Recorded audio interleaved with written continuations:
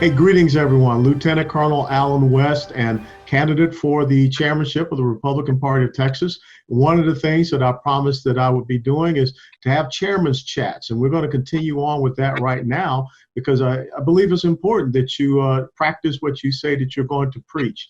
And so today we want to look at one of these issues that's happening here in the United States of America, but we want to look at it from a Texas perspective. And we got a couple of great guests that we're going to discuss the issue of Christianity and its role and its relationship with government and with the politics and policies thereof.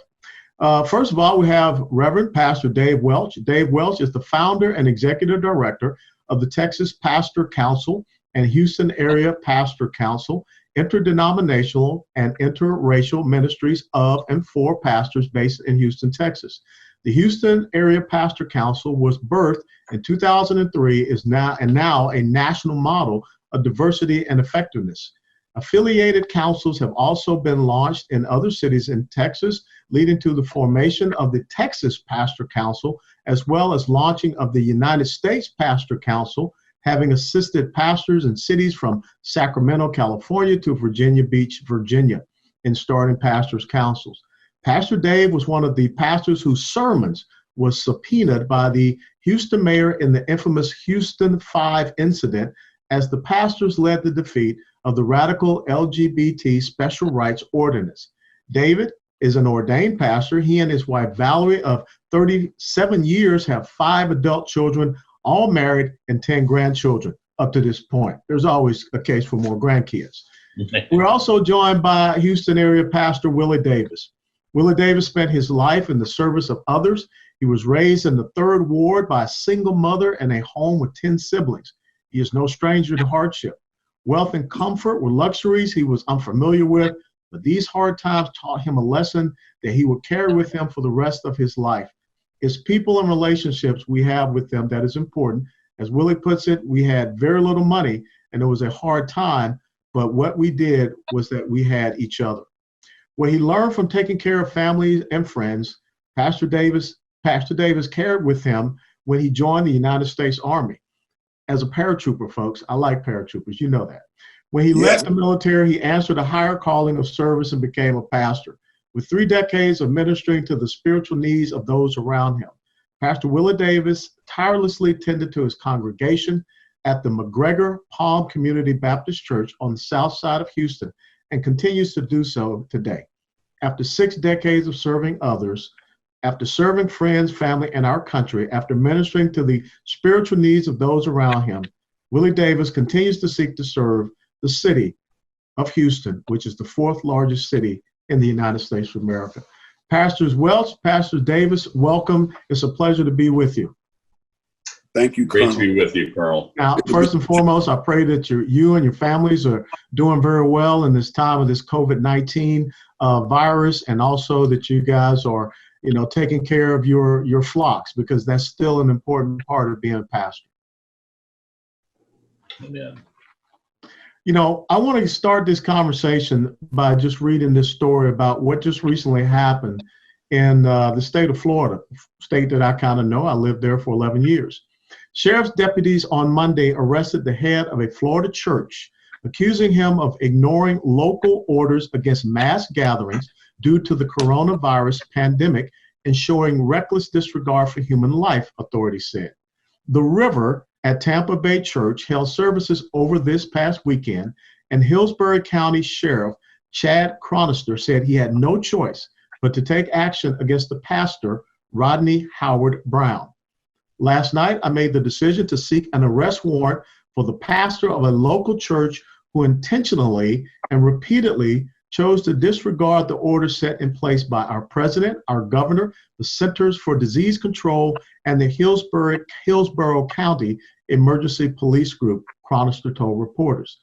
His reckless disregard for human life put hundreds of people from his congregation at risk and thousands of residents who may interact with them this week. Howard Brown was booked for unlawful assembly and violation of public health emergency rules, both second-degree misdemeanors. Cronister said his office had direct contact with the church, telling it not to pack the pews. Pastor Howard Brown's actions were a direct violation of Executive Order 20-5, which went into effect on March the 20th, limiting gatherings, including faith-based gatherings, to less than 10 people. The church posted a live stream of Sunday morning services, and the sanctuary appeared to be crowded, with far less than 6 feet of separation between worshipers, but not completely packed.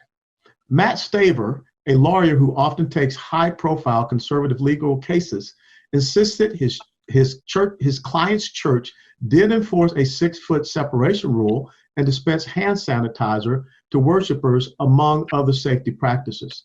The problem with this administrative order is it was not reviewed by constitutional experts or vetted by a deliberative body, according to a statement issued by Staver on Monday. Gentlemen, you have been there before with the ordinance there in Houston. Where do we find this balance, this relationship? Because many people are scratching their heads. If you go to the Bible, it says in Hebrews 10:25, forsake not the assembly of thyself together. You also know that in Romans, it talks about Christians being subject to government. And Jesus Christ even said, when the Pharisees challenged him with the coin with Caesar's image, he said, render unto Caesar what is Caesar's. I want to start off with you first, Pastor Welch. Where do you see this balance? Where can we get clear definition? Because without a doubt, in our First Amendment, we have 2 rights: freedom of religion and the free exercise thereof, and the right for peaceably assembling. Well, those are great questions, and it is an unprecedented dilemma that we are facing right now, really before our eyes, that none of us in our lifetimes would have ever envisioned. And questions that we would have, we would talk theoretically about the possibility down in the future. They're now before us, and all under the guise of a public health emergency. And this is part of the question that we have to ask as we're going forward here, because quite candidly, that we've been given a reason for these executive orders that have now been placed on by city mayors and county judges, which have placed restrictions on the churches be able to gather. But the question also is this a proper jurisdiction? In other words, who gave that kind of power to a mayor or to a county judge to infringe upon and make those kinds of decisions? That says to the church, in spite of what the First Amendment says, that you cannot gather, and if you do so, that you will be fined and penalized and possibly jailed. And that's very troubling, because frankly, and especially when we look at the numbers, we've been following these every day. And in the state of Texas right now, with a state of 28 million people, we have under 50 deaths. And every one of those are important. Nobody diminishes that. But we have just over 3,000 documented cases. But what we're seeing and dealing with, Colonel West, is the medical community has painted a doomsday worst case scenario. And that's somewhat their task, recognizing that you have to try to project, but that's all it is. But based on projections, or what one might recall, we might even say reverse acts of Hebrews 11 of faith, that they were projecting on things they couldn't see, things they couldn't have evidence of, but basically planning for the worst, but then taking civic action and taking away rights. So the pastors all over have been wrestling with this question, Colonel, and I think this is a moment that we're going to have to look very, very carefully at, not only what's happening right now, but when this is through, what do we do to have to restore the boundaries back to protect the full practice of the religious faith in this country? That's a great point. And Pastor Davis, I want to come to you, because when we look at what is happening, it appears that there has been a suspension of constitutional rights. And I don't know if we are really at that crisis point. And I don't know if anyone has come out and said, okay, because of this coronavirus, here are the rights that we're going to suspend for, the civilian population. And it always takes me back to that incredible quote from Benjamin Franklin, those who give up essential liberty for temporary safety will in the end have neither safety nor liberty. What do you say about this predicament that we see? Because you are a pastor of a large congregation. Good question too, Colonel Allen. One of the reasons why it's going to take some very, very leadership skills and possessions to really identify what the world is going through universally as well. But one of the things that's most important to me is the fact that when these type of laws and orders impede upon the church, as Dave was eloquently saying, this is an unprecedented period of time. But for the congregation and the pastors who lead our churches, we have a difficult situation. And I think the problem that I think we're running into from my standpoint is the fact that so many of these leaders fail to communicate with the pastoral leaders. They're not consulting with the pastors to see what the parameters are, because they are violating our constitutional right to worship. And I noticed in the issue with the Rivers Church, with Pastor Brown, Rodney Brown, that when this was being done, it came off as if it was a pitting between one church and the other. Because what he did in the interview, in the press conference, I noticed the sheriff brought in first the attorney general and had him to speak. And then he followed with another pastor standing to his rear on his left side and had him to come up to speak.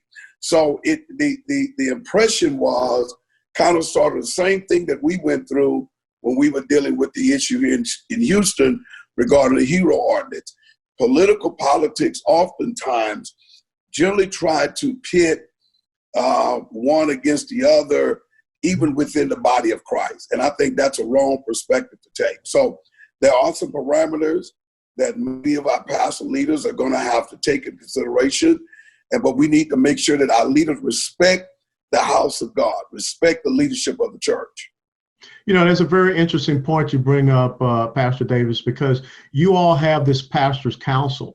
And when you talk about, the implementation unilaterally of a lot of these decisions, these ordinances, these executive orders from county judges that we have here in Texas and mayors, we are looking at Mayor Bill de Blasio of New York City, who has just come out and said that if synagogues don't comply, we're going to shut them down. You look at the governor of Virginia, Ralph Northam, who's saying that he's going to charge people with a first-degree misdemeanor, which is $2,500 and up to a year in jail. Wouldn't it behoove these elected officials to sit down with pastors and have a sharing of information and really talk about and get their consultation, much the same as I would suppose Anise Parker did not do in the case down there in Houston? Pastor Welch? Well, that's exactly right. And the other thing, by the way, and the other caveat with Mayor de Blasio, he didn't say just shut down churches. He said permanently. And that means if you don't comply now, we're locking your doors. And that's just unheard of, literally since the founding of this country. So we're talking about the raw exercise of power by government here that is exactly that which our founding fathers simply said no, and started our new country under a constitution to assure we have unalienable rights that have been preserved and protected. And the thing that's lost in this discussion, frankly, this is a major part of the poor education of pastors on this set of principles of governing authority and the misapplication of Romans 13 so frequently in these kinds of moments and times. Because first of all, what we do know is that in this country, all authority that has been given from in heaven on earth, been given to Jesus Christ, according to Matthew 28:18. And then that authority is delegated in the very words of the Constitution, we the people, in order to form a more perfect union. All the authority comes from the people to the government. And these are public servants. They're not kings, they're not emperors. And it's a different application. They work for us. Now, they are given authority, they're delegated authority, but but the issue for the moment that we have to really look at and assess very clearly from the church standpoint is where is that line, and are we going to be subject as a church to the state and these areas? Nobody's arguing that we need to keep people safe. Most churches were already complying with this as this pastor was safe, the social distancing, the excess hygiene measures, all those things to keep people safe. But we are at a moment where we've allowed this to get to this point. I think in our country, we all know it. We've seen it, this creeping socialism, an expansion of government authority into the people's lives now for decades. So we're at a logical point where the trigger is a public health crisis that we're frankly not even sure how accurate the data really is. But now that's the premise for the suspension of constitutional rights, and that should that should concern everyone. And the church is going to have to stand. This is as one of our pastors here, Steve Griggle, says, this is a show-up moment, and the pastors are going to have to stand how much freedom we're going to give away. Great point, Pastor Welch. And I want to go back to Pastor Davis because, we've heard this phrase before, never let a good crisis go to waste. So when you talk about the confusion that people have with the whole issue of separation of church and state, which is not found in our Constitution Declaration, it is just a concept that Thomas Jefferson wrote about to the Danbury Baptist Convention of Connecticut. What Thomas Jefferson did not want us to have was a head of state who also created and made himself the head of church. In other words, what King Henry VIII did was, because he did not get his way because of him wanting to have a divorce from the Catholic Church, he created his own religion. And those who did not submit and subject themselves to it, they were persecuted and prosecuted. So now do we kind of see an instance where even here in the United States of America, government officials are starting to truly violate what Thomas Jefferson called that separation of church and state? They're starting to impose their will and impose their agenda and their ideological principles upon the church? Absolutely, Colonel West. I think you are dead on target with that. I think we as pastor leaders, especially in the circle of pastors that I am around, and of course I'm a member also of the Houston Area Pastor Council, and this discussion between Dave and I and other pastors happen quite often because there seems to be a slow progress of taking away the powers and the rights of the church, the Christian body. And even in our own country, we've seen, whereas we have even been from political leaders, have been used in speeches to identify as if we are the enemy. One particular person expressed the fact that the people like us who clings to our guns and Bibles. So, we've got to be very cautious about what we allow our elected officials to do. And Dave will concur with this. When we were involved, Colonel West, when we were involved with the HERO ordinance, one of the major things that happened, as you stated in conversation, that the threat of our rights federally under the Constitution was being threatened by a sitting mayor, not a governor, but an actual mayor who threatened us and felt like that she had the power to actually take away the right, the constitutional right that we have. And don't think that there are others out there who feel like they have the same power. Even with the mayor of New York, I think that's a stretch. And some of what our county judge is doing, and even there in Dallas County. So yes, I think that we need to be very, very astute to the fact of what we give up in our power and authority to someone else. We need to be mindful of that. Well, Pastor Welch, speaking of Texas and some of the continued challenges, we know that a former member of the House of Representatives and presidential candidate, Robert Francis O'Rourke, said that if churches do not accept a same-sex agenda, then they should have their tax-exempt status taken away from them. So again, it appears that they're, much the same as what Shadrach, Meshach, and Abednego had to face was when is that time when the Christian faith is going to stand up and say, hey, you guys are pushing a little bit too far. And, the concern is this, what people are going to say, and we've already heard it said so far, is that these extremist Christians are out there, they're not following the rules, they're not going by executive orders, and they're putting people's life and health at risk. How do you combat that assertion from the progressive socialist left that's permeated throughout their media? That's a great question, Colonel, because look, there really are multiple aspects to this, one of which is a PR issue. It's do I want to be known as the church, for example, that helped spread COVID-19, where somebody in my church came and got it, and they may have gotten it somewhere else, but all of a sudden I've been a part of that problem. And so there's a concern and a caution on every pastor's part that we want to be prudent and careful on that. But when you look at the actions taken of these extreme measures, I think that's again where the questions we're all looking at going, is the end justify the means here, and what's the core question at hand for the church? And when you think about, and part of this problem, frankly, lies at the feet of the church. The growing disrespect for the church itself in this country and amongst our leaders, expressed by the same mayor we had issues with on this other point, tried to tax the church a few years before that. We had to fight her back on that. And she said the church just needs to pay its fair share. We've heard that same phrase coming from bureaucrats and other places who see the church as just another social institution.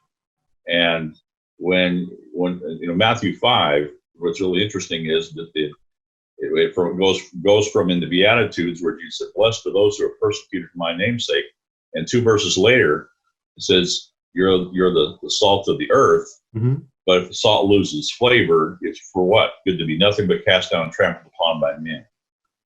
And the question today is, are we being persecuted for his name's sake because we're exercising his kingdom and his cause and his righteousness so profoundly as a church, which ought to show up much differently in the way the nation looks, or are we being trampled upon because we become saltless? And that's a serious question for the church ourselves today. We've given so much up because of the weakness of the church, the lack of involvement by the church, and even choosing our own leaders, getting our people out to vote, speaking the truth on issues of the day. And so all of a sudden, the church is just one more entity that gathers people together, and because it gathers people together, it creates a threat that could harm. So therefore, we're gonna shut you down. That different standing the church used to have, because it was the church that long preceded the state, is something that is a great concern. Well, Pastor Davis, and you're right about one thing. It is all about image and also message. So in this current moment with this coronavirus pandemic, which, as Pastor Welch said, the numbers in some ways don't add up to the response that we're seeing. How does the church become proactive and get ahead of this? Because without a doubt, the pastor down in Tampa, Pastor Brown, is going to be held up as some type of nefarious example of Christians not abiding by the government. And of course, you're going to get people that cherry pick verses, because as we know, the left can be very good at cherry picking verses. Where do we go from here at this point?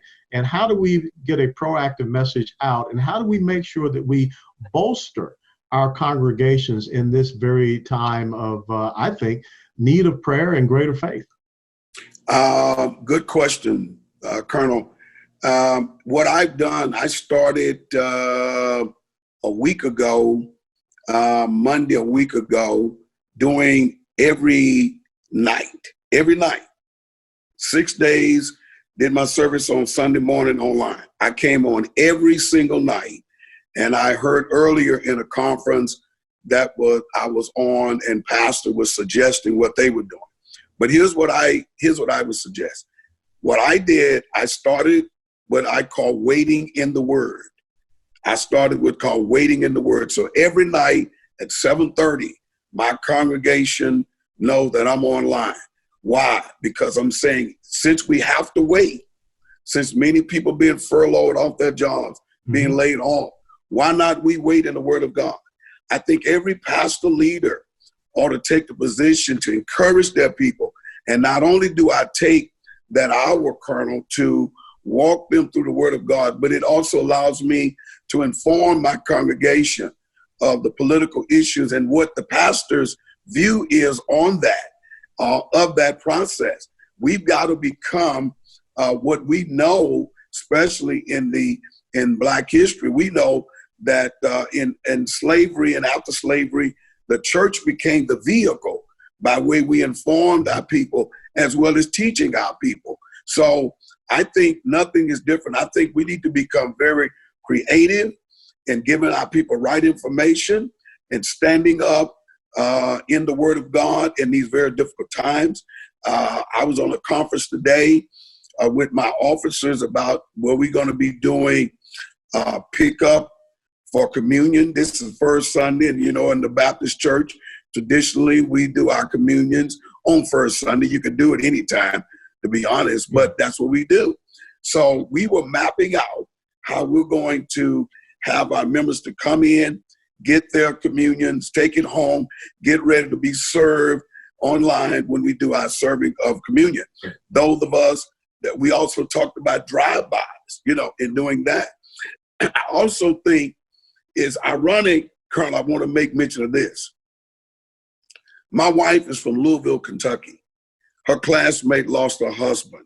He went into the hospital over 12 days ago, walked in the hospital sick, didn't know what was going on.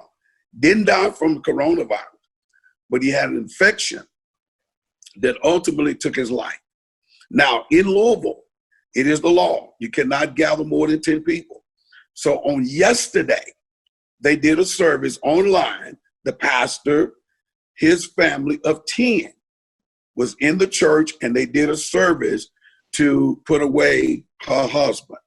My wife and I watched it online. Now, she was not allowed to see her husband, even during the worst times when he was in ICU in the hospital. But thank God, she did get a chance to have a service for him, her and their daughter, in a service with their pastor. And so for leaders to evoke their orders on people, when we as pastors are trying to abide by some of the protection of our people, but not to the point that we ought to be separated from the fact that we cannot reach our people. So I think we've got to come up with more creative ways. And as you said earlier, these people in authority, they need to talk to us. They need to speak to the congregant. So, but I would advise pastors to come up with ways and measures and get to your people every day, not just once a week. Conferences are going on every day with pastors, and I'm on these conferences. And so at 7:30 at night for 1 hour, I'm talking to my members and others who are coming in. The numbers are just exploding. People are just joining others. They tell others, my pastor is speaking, and he's giving a word called word of waiting in the word. And they jump on. People from Chicago, Oklahoma, California. I'm getting people all across the country. And it's inspiring. But I also think it needs to be informative about what's going on.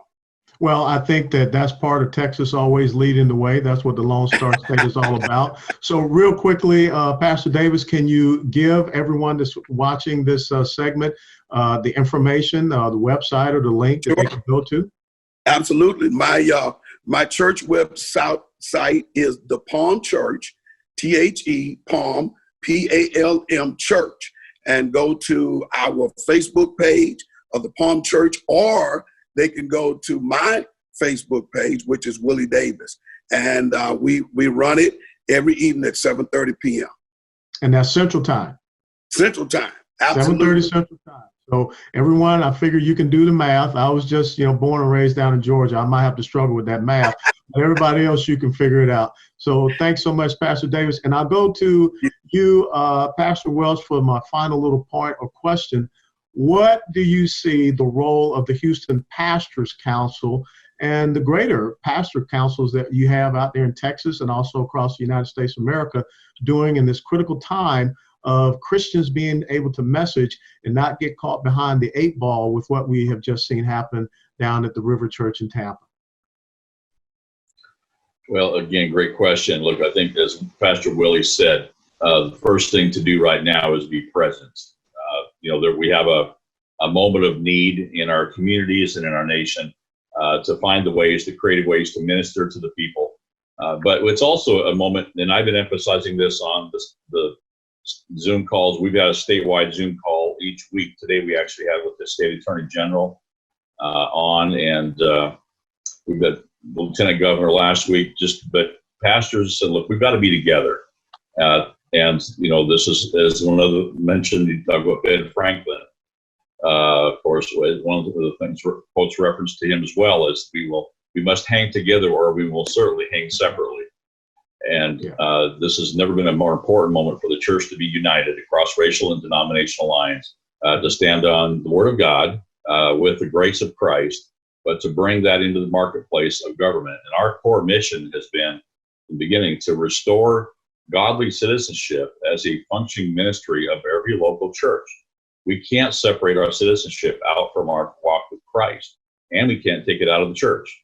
We do so at the peril of allowing the tyranny of godless government to rise, as we watched happen. So we're asking pastors in every city, lock arms, come together across these lines. Go find pastors that you don't know and met before, but who are like-minded, different denominations and different backgrounds, but our commonality and our love of freedom, our love of God. And frankly, it's time that we start following in the feet of our ancestors and be willing to pay a price. If that price means our lives, our fortunes, or our sacred honor, and all the above, so be it. And this is the moment for pastors to step up and lead the way. Well, thank you so much, Pastor Welch. And how can other pastors out there get in contact with you and the Houston Pastors Council or the Texas Pastors Council? They can go to our website at uspastorcouncil.org. That's uspastorcouncil.org. And they can sign up either to just get on our newsletter or to sign up as a pastor that they'd be interested in being part of the Pastor Council. And we are providing a lot of information right now on the coronavirus issue and the facts and data that we think are helpful to pastors. But they can go to the website and sign up, and we will be in touch. Well, Pastor Willie Davis and Pastor Dave Welch, I want to thank you so much. You are without a doubt 2 great Texans, 2 great men of God, and 2 great Americans. So God be with you, and God bless you all. God bless you, Colonel. West. We love you much, bro. All right. Thanks so much. Take care now. Hey, folks, Lieutenant Colonel Allen West. Welcome back to Chairman Chats. And I'm here with, without a doubt, an incredible American woman, an incredible Texas woman, a true hero. And it's someone that I must admit, I'm a pretty tough guy. But when I went to see the movie based upon her life and her experiences, broke me down like a cheap shotgun. And I'm talking about Abby Johnson. Abby Johnson has always been fiercely determined to help women in need. This desire is what led Abby to a career with Planned Parenthood, our nation's largest abortion provider, and caused her to flee the organization, becoming an outspoken advocate for the pro-life movement. During her 8 years with Planned Parenthood, Abby quickly rose through the organization's ranks and became a clinic director. However, Abby became increasingly disturbed by what she witnessed. Abortion was a product Planned Parenthood was selling, not an unfortunate necessity they were fighting to decrease. Still, Abby loved the women that entered her clinic and her co-workers. Despite a growing unrest within her, she stayed on and strove to serve women in crisis. All of that changed on September the 26th of 2009 when Abby was asked to assist with an ultrasound-guided abortion. She watched in horror as a 13-week-old baby fought for and ultimately lost its life at the hand of an abortionist. At that moment, she fully realized what abortion actually was and what she had dedicated her life to. As it watched over Abby, a dramatic transformation had occurred. Desperate and confused, Abby sought help from a local pro-life group. She swore that she would begin to advocate for the life in the womb and expose abortion for what it is. Now, maybe some of you had the opportunity to read her book Unplanned or see the movie Unplanned, but I will tell you, you cannot walk out of that theater or put down that book without being touched. And I'm just so humbled and honored to have Abby Johnson with me here tonight. So thank you, Abby, for joining us. Thank you so much for having me on. I'm truly honored to be on with you. Well, it's a great thing. And I also want to thank you for your endorsement in this chairman's race as well, because I think one of the critical issues we have to stand up for is the issue of life, which is the first inalienable right. And so when we talk about this issue of life, something that's happening here in the state of Texas that just took an interesting turn today. You know, there's this question about what is essential medical practices and things of this nature as we deal with this COVID-19 virus. And the governor of the state of Texas decided that abortions were not an essential medical practice. And guess who ended up suing the governor of the great state of Texas? Yes, the organization founded by Margaret Sanger, a white supremacist and a racist, Planned Parenthood. And just today, a federal judge came out and decided unilaterally, judicial activism, that, again, this thing called abortion, murdering unborn babies, was essential, even at a time when we're supposed to be preserving life. So, Abby, when you think about this and the stand that you're making, how absurd is it that we have an organization like Planned Parenthood trying to say that what they do is essential? You know, it's interesting to me because having been really in the abortion debate now for, 19 years on one side or the other, I hear them saying two different things. So I hear them on one side saying, I hear Planned Parenthood on one side saying that abortion is no big deal. It's no different than going and having your teeth cleaned at the dentist. It's a nothing. You're aborting a nothing. It's no big deal at all. It's not even surgery. It's just nothing. Then on the other hand, now they say it's essential medical care. It's essential surgery that is life-saving. Okay, well, it can't be both, right? It can't be a nothing, a no big deal, and also essential and life-saving, which is completely, if there was ever a definition of irony, that's it, that somebody would call abortion life-saving. Every single abortion results in a life being ended. Yes. But, the abortion industry, we knew this was going to happen. Governor Abbott, makes this, and it wasn't just abortion. It wasn't that he was just targeting abortion. He's targeting all non-essential surgical procedures. Yeah, you're absolutely right. You have dental hygienists who are, they are kind of furloughed right now because that has been deemed non-essential. You have, optometry clinics and places, ophthalmology clinics have been deemed non-essential. But That's now right. all of a sudden, what is it? And prior to you coming on, we had a couple of pastors because we're being told that church services are non-essential. But yet Planned Parenthood in some way, shape, form, is that supposed to be an essential surgical procedure? Yeah, I called today. I called because one of my dogs, I had gotten a notice that they needed to get their vaccinations updated. So I called the office, my veterinarian office, and I said, hey, I need to, bring my dog in. And they said, well, we can't do that until after the governor's mandate. Okay, this is a veterinary office, right? So, getting my dog's vaccines is not considered essential, right? Yet abortion providers, they want to be able to kill babies. So, what we saw happen was, of course, the governor puts out this mandate. Planned Parenthood and other abortion providers, they swoop in. They, were trying to get a restraining order to stop this executive order. It goes to Judge Yackel. Now, Judge Yackel is a federal judge. He is incredibly pro-abortion. He rules with it. Every single abortion case goes to him, okay? And every single time he rules with the abortion industry. We know it. We know how he's going to rule every single time. And so does the AG. So does the governor. So they were already prepared. So they knew how Judge Yackel was going to rule. So they were prepared, right? So Judge Yackel, of course, makes his ruling and says, no, executive orders overruled, abortion clinics can go ahead. So then the abortion industry, they put out this big celebration, right? Like, yeah, we won. Well, here comes the AG, right? So the AG says, hold on a minute. So they send an expedited petition to the Fifth Circuit Court.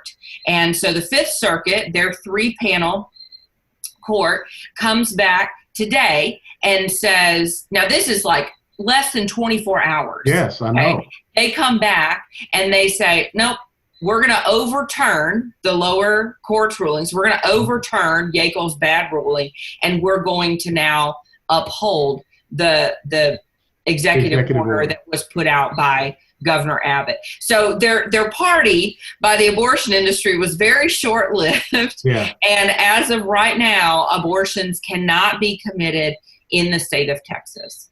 Well, that's a great thing, because you're right. You know about this activist Judge Yackel, and what he is going to rule. And so thank God we do have that circuit court that immediately they got that petition.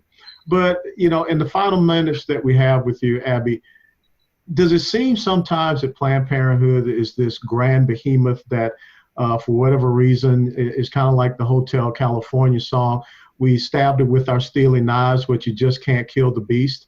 Will we ever be able to undermine the control, the political power, the influence that Planned Parenthood has in the United States of America?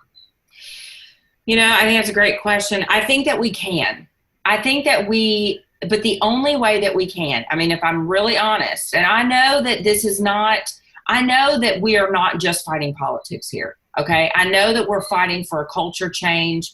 I know that we're not just fighting to make abortion illegal, but we are also fighting to make abortion unthinkable. Okay. And that's my goal. I know that's your ultimate goal. I know that. Okay. We're fighting to change our culture from a culture of death to one to life. Yes. But if you really want to eliminate the power that Planned Parenthood has, it will only come through legislative power. Mm-hmm. That's it. It's not really going to come by changing culture. It's going to come through the heavy-handedness of legislation. And it's going to come by getting pro-life conservatives into office, into Congress, getting solid pro-life Republicans in place so that we can eliminate their funding. If we eliminate their funding, we eliminate their clinics. And if we eliminate their clinics, we begin to change the culture. And I think people, they underestimate, because it's been such an uphill battle. Legislation has been such an uphill battle, so we feel like we can't win, so we sort of give up in the legislative process. But we can't do that. We have to keep fighting. We have to keep voting. We have to keep voting for pro-life first, because without the right to life, every other issue is secondary. Mm-hmm. So when we go to the poll, it's sad to me how few people vote. And it's sad to me how few Christians vote. Only 24 to 25%. This is our duty as Christians. And it's our responsibility. And the fact that we aren't taking that responsibility seriously because we don't have the perfect candidate, it's disgusting to me. Well, it's interesting, and that's why your voice is so important. I think another thing we have to do is message this thing of life into the minority communities, because you know the damage that Planned Parenthood has done in the Black community, especially since Roe v. Wade, some 20 million Black babies murdered in the womb. That's what I would think some people will call a genocide.